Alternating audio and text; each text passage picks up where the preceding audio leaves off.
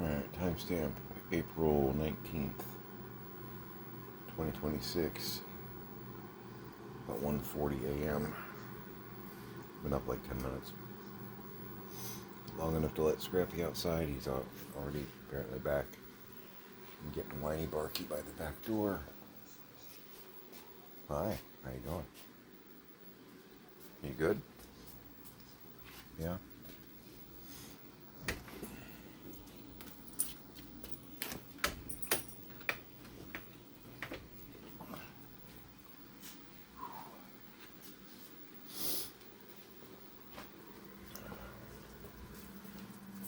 I poured my coffee.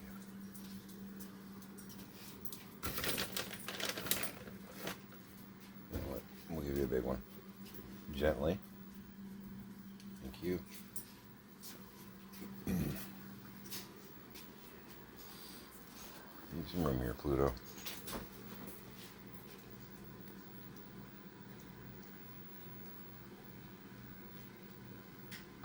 Alive. Ah.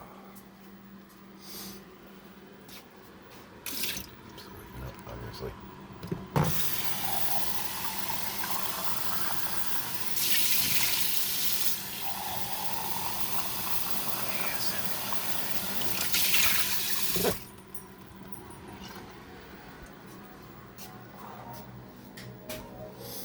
So,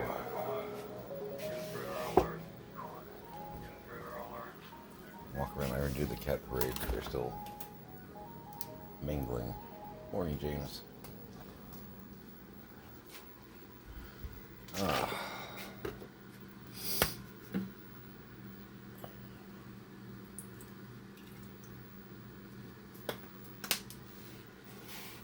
Hi.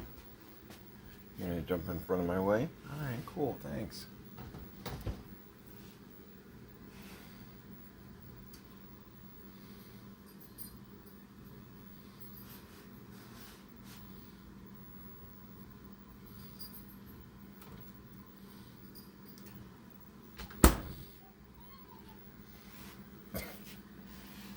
Doubles down.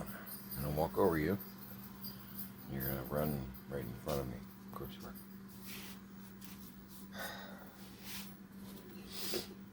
I just spilled your bowl. I don't want to hear it. Welcome back, Scrappy. Yeah. Coffee-wise, I'm not sure what we're having.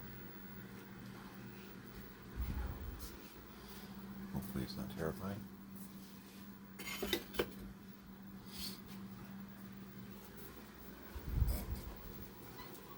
James just bit Scrappy in the ankle. Okay.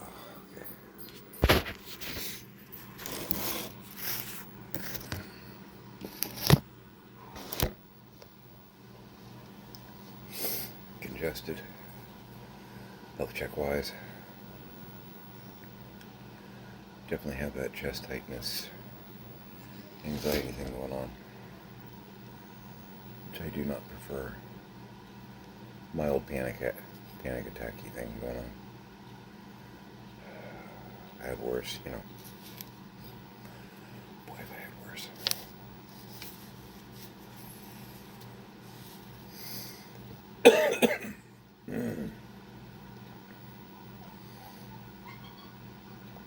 We're still doing Pertwee on the Roku Doctor Who.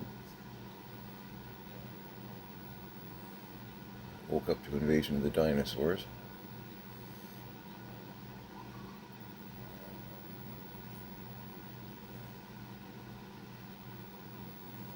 I'm trying to remember what was on when I went to bed.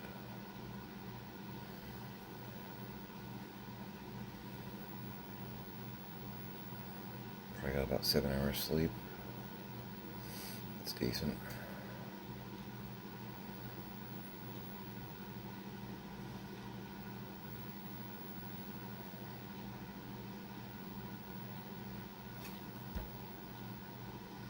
I'm really not sure.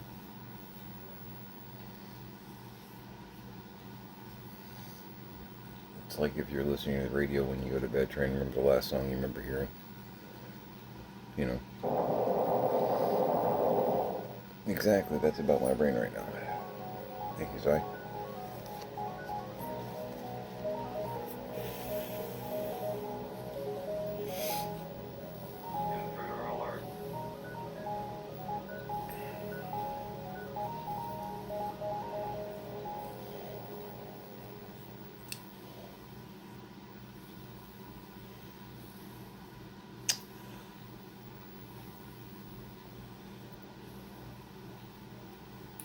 I think it was Planet of the Dialects, actually.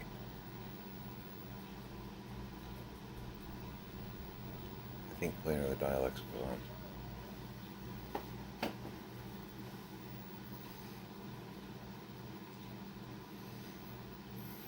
Yeah, that's my answer. Sticking with it. Yeah. Yeah. Sounds that rings right. I know at some point yesterday Monster Peloton was on, but I don't think that was on when I went to bed. I think it was just something was on while I was working in there for a minute. Because I remember seeing Alpha Centauri again, and I thought, oh wow, which one is this? And then I saw Sarah Jane run by, and I'm like, okay, it's Monster Peloton.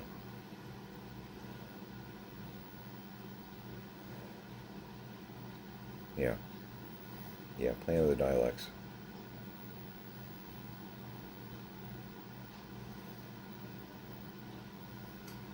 Doctor comes across a planet,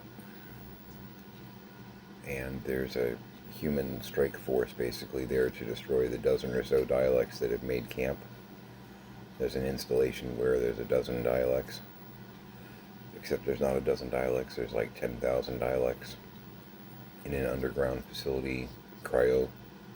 They're in the freezer waiting to be activated. Oh, and the dialects are experimenting with like invisibility, like a stealth chemical that makes them invisible. Good times. What's worse than a dialect? A dialect you can't see. Growing up a Doctor Who fan, that's just kind of, you know. I mean, you'll hear them coming, because they like yelling, but sometimes they don't yell until they're, shooting you.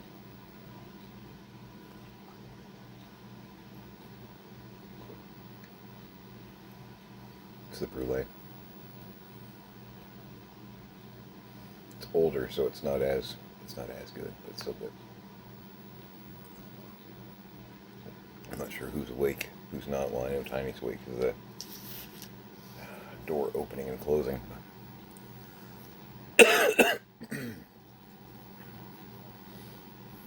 Took Luther to the vet. He's still looking good. Recovery, solid. $140 later again. Oh, gainful employment. He needs gainful employment. I think that's what the kids are calling it.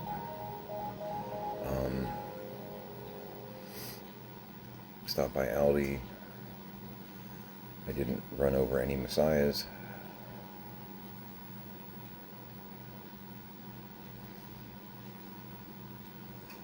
Picked up, they had a really good special on boneless chicken breasts. I picked up a pack of that.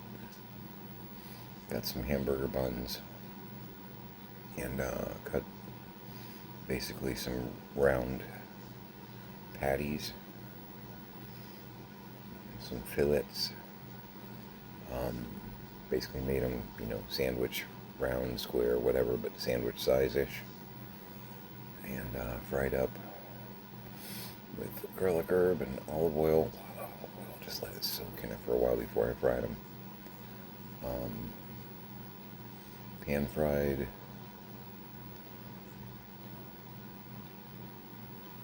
Probably about 12, 14 that I managed to get out of like 7 chicken breasts.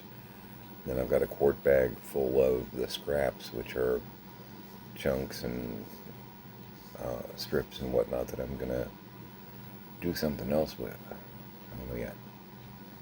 But I've got a couple of meals there too. I'm probably going to defrost it, pull the strips out, pull the chunks out, separate them. You know, maybe do the strips with like onions and peppers, like really hard fry them. And the little chunks, I can put those in a stew. I can put them in a stir fry. There's all kinds of things I can do with it. I didn't have yet.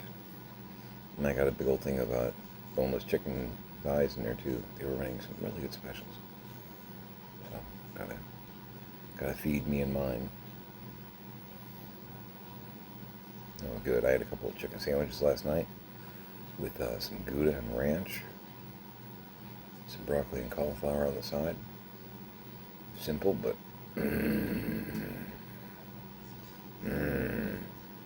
good. Got tired of waiting in the respect of trying to find it, and it's silver. I'm gonna go through silver paint around here. Walmart order. Had them throw one of these in the cart, basically. The full cart. I've used it before. It's okay. I don't need it to be incredibly schmancy. So I've been working on the cart.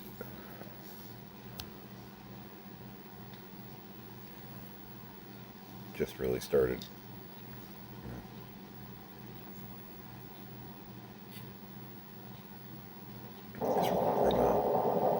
Don't be a critic. From a drying standpoint, you know, just do a piece, let it go, and then I'll do probably the top part like now, and let it rest. I'm really congested. Like several coats, and it should really give it that stainless steel look. At least that's the theory.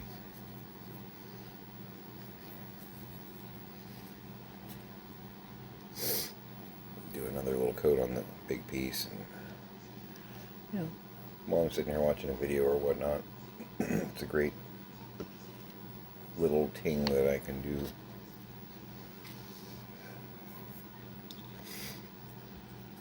I love the word ting.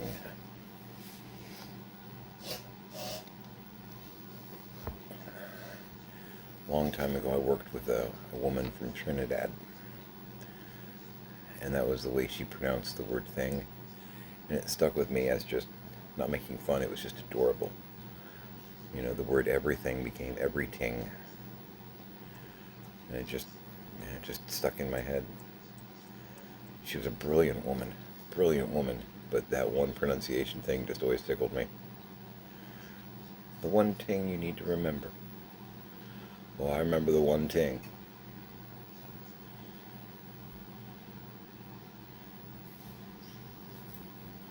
It's weird I look back on stuff like that because I was like 20 when I worked with her. And based on her age then, she's probably gone. You know, 'cause she was older already. You know, she's not. She's 90, you know?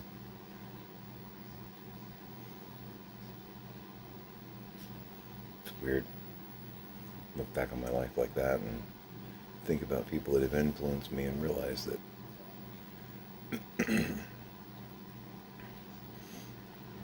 probably 90% of them are dead.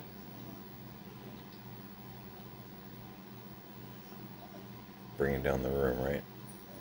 It's just a weird thing to, like, have a realization about.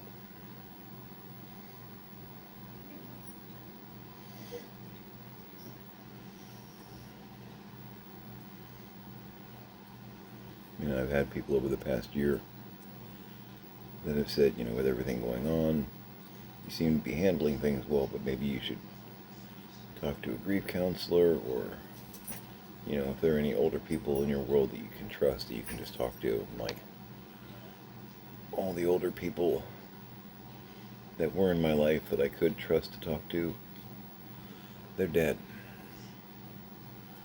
I am now the old man in the room. It's a very strange realization. Mind you, I don't consider myself an old man. But I do acknowledge that I'm 55, even though it's weird to say out loud. And I'm running out of elders because I am becoming the elder.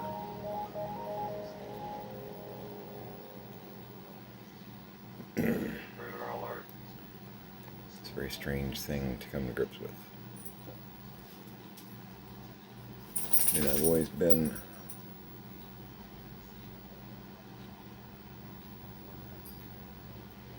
approximately 8 days a week one of the sound voices in the room.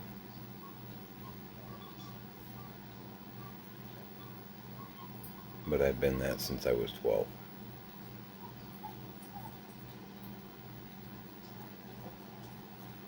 Because I was that kid. I was the kid that people always said, "You're so much more mature than your age."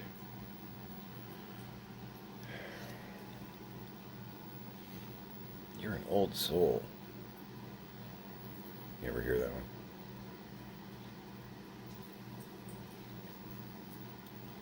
I'm a little shaky on the reincarnation thing, so I don't know how I feel about the old soul thing.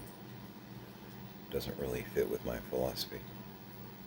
Maybe I'm wrong on that one. I don't know. You know, we say that energy is constant, because I am Christian.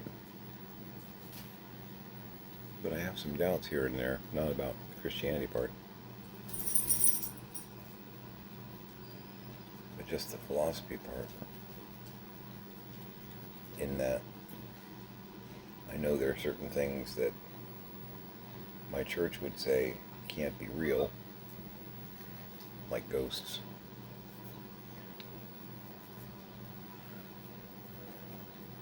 Because absent with the body, present with the Lord, the idea that your soul leaves your body, and you know, at that point, it is the Peter Panda dance.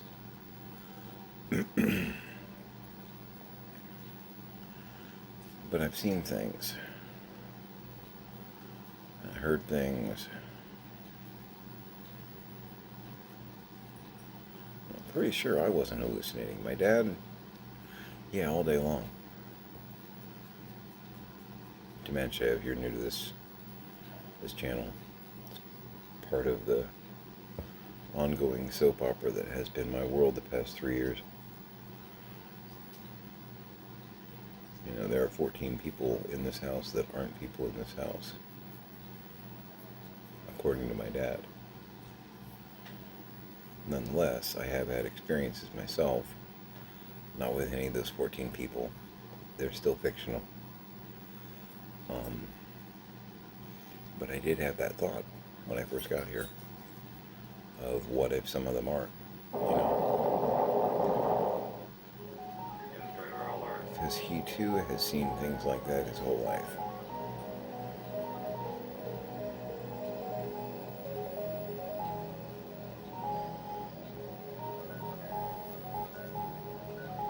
But from a spiritual philosophy standpoint, for me at least, it begs the question, what are they then? You know? Because I know some theologians will say, well, they're demons trying to trick you. I've experienced some of them too, and in my experience, they have a hard time hiding what they feel like. Because you can feel it when you're dealing with something like that. I know I'm talking the kind of talk that gets people worried about your sanity and whatnot. Believe, don't believe, doesn't bother me. I know what I've seen. I'm not trying to convince anybody. If you get nasty about it, well, I hope you have a wonderful experience that changes your mind. And I've known a few people over the years that have.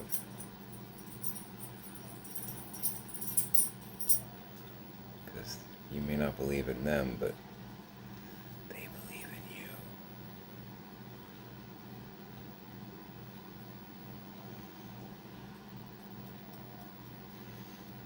It's fun when somebody has an experience for the first time. They try to distract you from the urine spot on their trousers by gesticulating their hands wildly as they explain how what they just saw can't be what they just saw. It's adorable.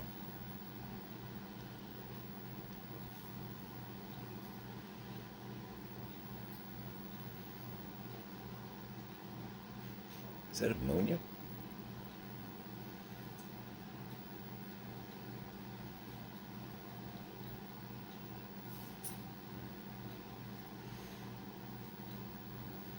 You always remember your first time.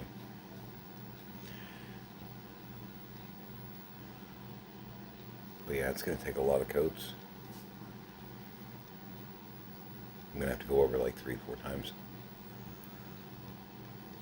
But it's going to look cool. And it's going to be way different than the color scheme it started with. I'm probably going to pull up a picture when I finally like do the reveal, wrap it up. I'm probably going to pull up a picture of the item online, whatnot, have it on the screen for comparison. Because it's going to be probably pretty drastic. I'm not going to paint the wheels. I'm going to leave the wheels the basic black. Because number one, they're going to be touching the ground, at least the edge. Which, when you've got something that is, frictional, it gets real tricky. Exactly. It's constantly touching surfaces and there's paint. Even if you seal it, you wind up having to repair it a lot. At least from my experience. And having a black plastic wheel on a cart or whatnot is not too crazy. You look at a lot of chairs and whatnot that have wheels on them. It's frequently black plastic caster wheels and whatnot. So it doesn't take you out of reality. Now, if the wheels were that pink or blue color like a lot of the rest of the cart was, that's not a typical industrial color for, caster wheels. Really not. With black, I can get away with that.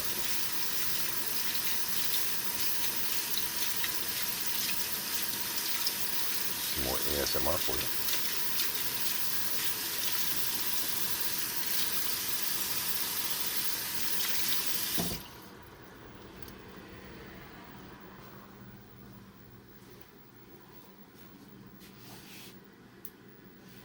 The woman I worked with, her name was Pat.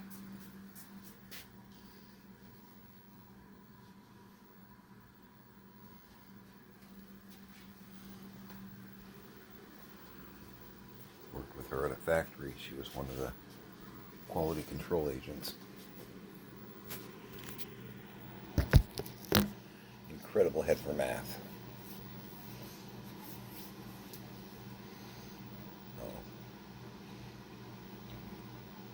Hex went sauntering by, and then Janus went hopping by like in pursuit mode. I was afraid we were going to have a skirmish. We still might, actually. No? Decided not to? Welcome back, Janus. Gonna smack the zip tie? Okay.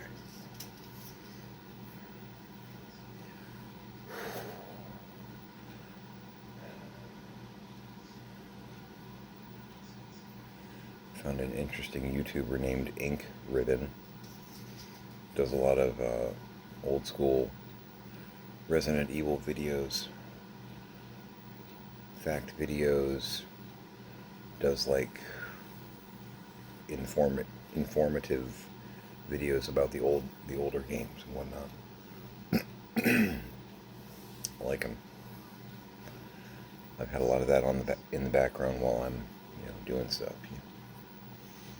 50 facts about Jill Valentine.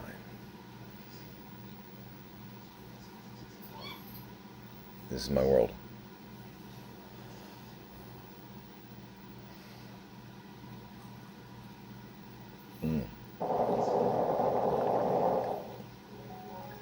The 30 costumes of Chris Redfield. You know, stuff like that. Made pretty good progress in the dining room. Not there yet.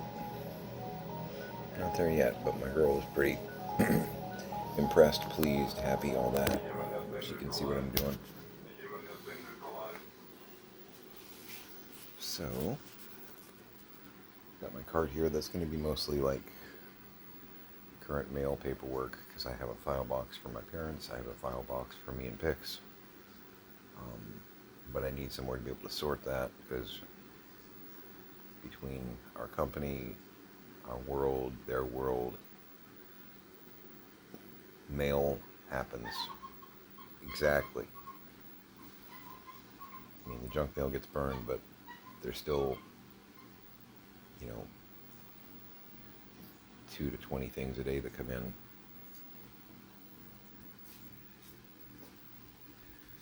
we've got our storage supplies, and this will fluctuate. And then we got our pink totes behind the latch tops, and we got the banker boxes. And those are going to fluctuate as far as size and whatnot, depending on what we're using a lot of. So it being in the middle of the floor, it has the potential to grow or shrink, and it doesn't affect stuff around the outside of the wall, if that makes sense. It becomes kind of a flex area of sorts. I look forward to the day when it won't be necessary at all, but that's probably a year plus from now. And I got my hutches. Gotta figure these out. Some of that's the creative, fun stuff that I get to do in my spare time. Got some boxes that are prepped and ready to go out, because I packed a few yesterday. Go me. Make some sense of this area, because anything by the door is supposed to go that way, basically is the gist. Well, then I got several interesting boxes of crafty stuff that I gotta figure out what I'm doing with. If it's stuff that I'm gonna be working on currently, or if it's stuff that just needs to be packed for now, to be dealt with later.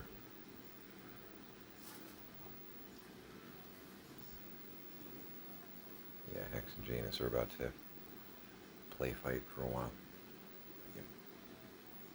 I can tell. It's coming along. I can see it. And it's encouraging, because if you remember, if you've been here for a little while, the pile of boxes behind me has just been terrifying. And they say that clutter hurts. Exactly. Psychologically, it makes it hard to get going. Clutter is it's like a mental block. So eliminating that should make me even more productive. Because I do have some rough days where it's like, I just don't care. I just don't care. You know what I mean? I'm looking at a probably 2-year task, and it is a grind. It is a grind. So there are days where I'm like, I might work for a couple hours, and I'm just like, no.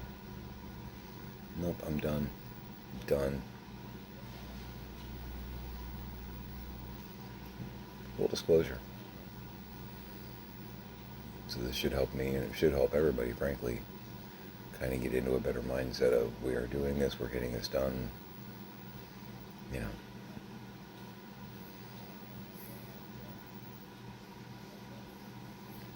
Parents, don't do this to your kids.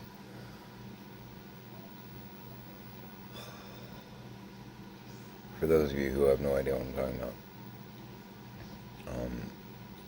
just in a nutshell, 3 years ago, my wife and I dropped everything to help my parents. Were hoarders. we were trying to help them clear some of this out. There was health issues going on.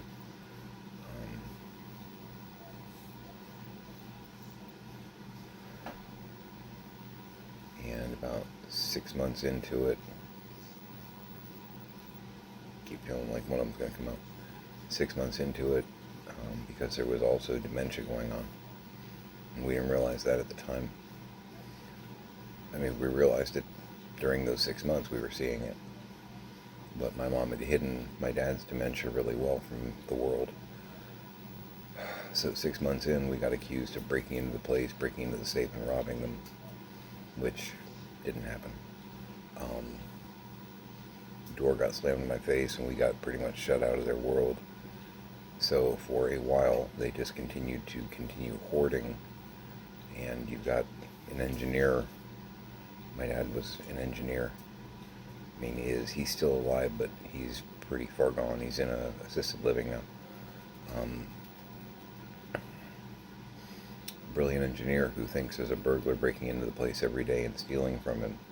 So he's changing locks, reinforcing things, building walls.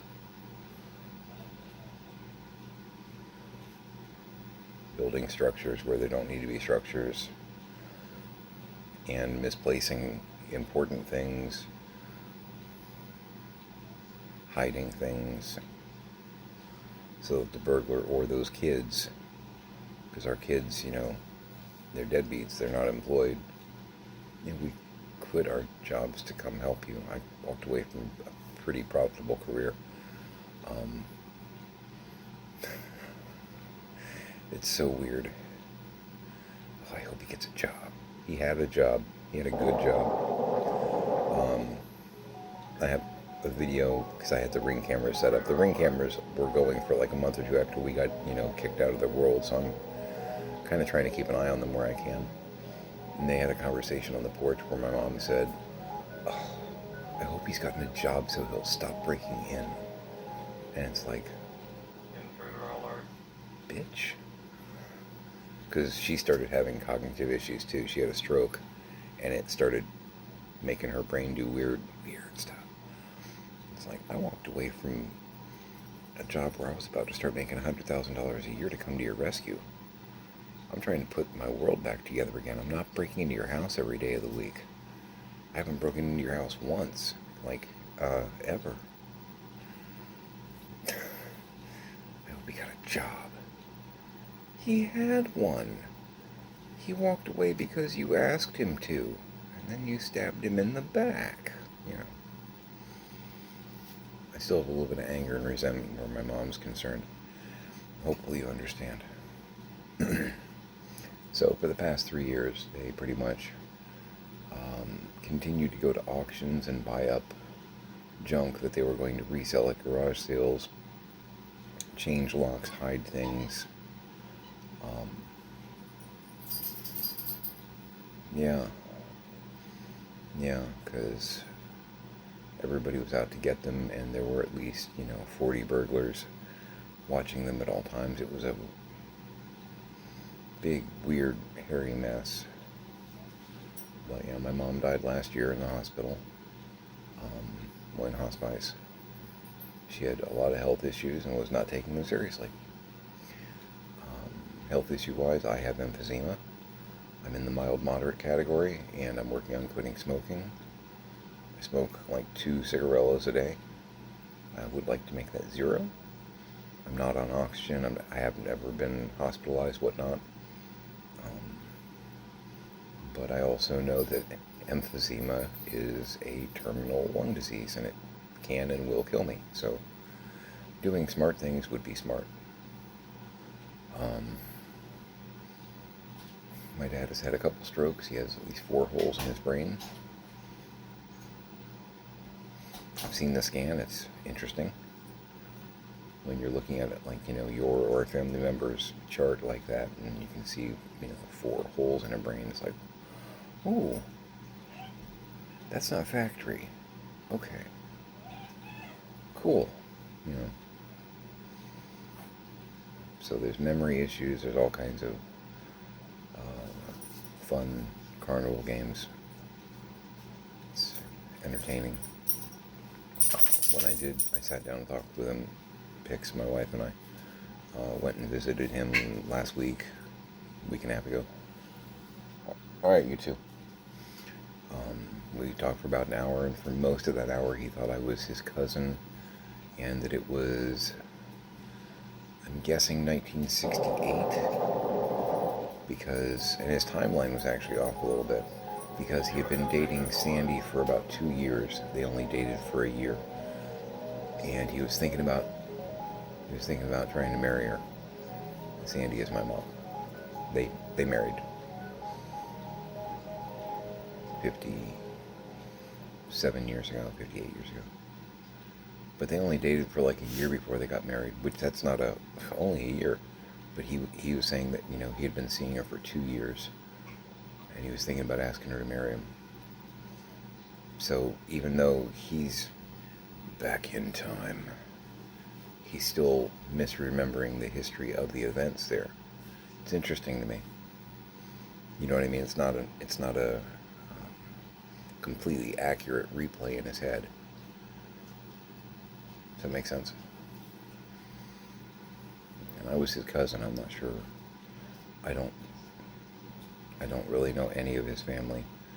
His parents died when I was like 1 or 2, and I met them, but I don't remember meeting them. He had a sister. She's gone. He could be an alien. I haven't met anybody in his family, really. My mom I've met, Oi! I've met tons of people in my mom's family. But most of the older generation's gone, So, old man in the room.